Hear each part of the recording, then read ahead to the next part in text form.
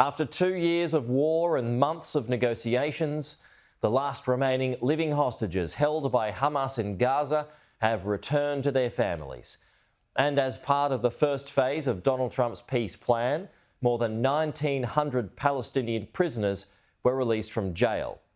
The US president has already left the region after barely 12 hours on the ground, first in Israel, then in Egypt, and is being celebrated for his achievements, receiving a standing ovation in Israel's parliament, declaring the war is officially over. Dominic Waghorn looks back now on what's been a historic day in the Middle East. After 2 years and an agonising final few hours, signs of movement. Filmed by our team inside Gaza, Red Cross vehicles snaking through its devastated hellscape with hostages on board. Then into Israel. The roads lined with crowds cheering their return.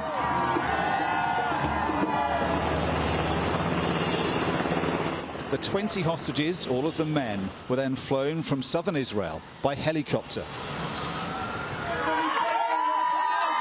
Their ordeal has traumatised an entire nation. Their release freeing Israelis from that torment. After waiting for so long, the agony is over.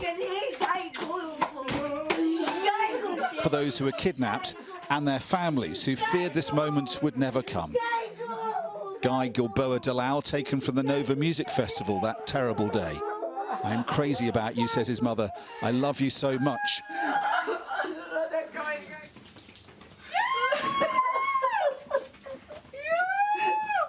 And Etan Moore, abducted there too, hugged for the first time in 2 years by his parents. "You're alive," says his father, "with 2 arms and 2 legs."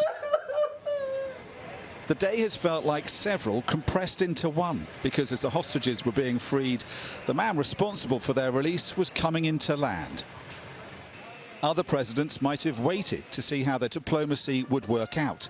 Not Donald Trump, here undoubtedly to bask in the glory, but also keep up the momentum for a deal he believes could transform the region.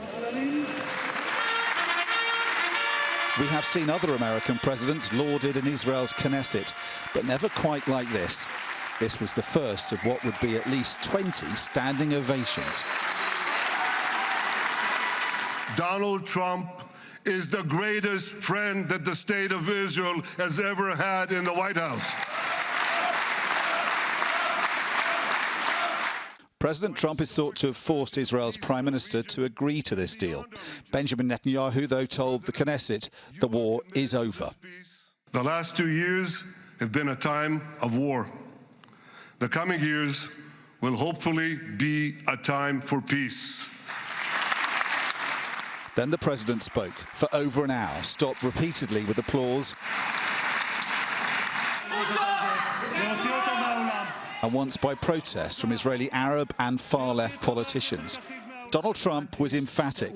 This is the start, he says, of a new dawn. This long and difficult war has now ended. You know, some people say 3,000 years, some people say 500 years, whatever it is. It's the granddaddy of them all.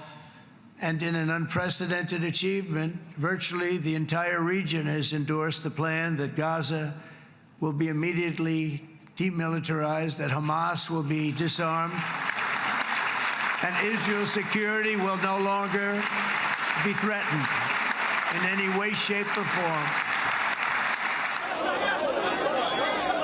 On the West Bank, they were welcoming home their captives, more than 250 long-term prisoners released from Israel's jails. Another 1,700 detained in Gaza during the war allowed home too.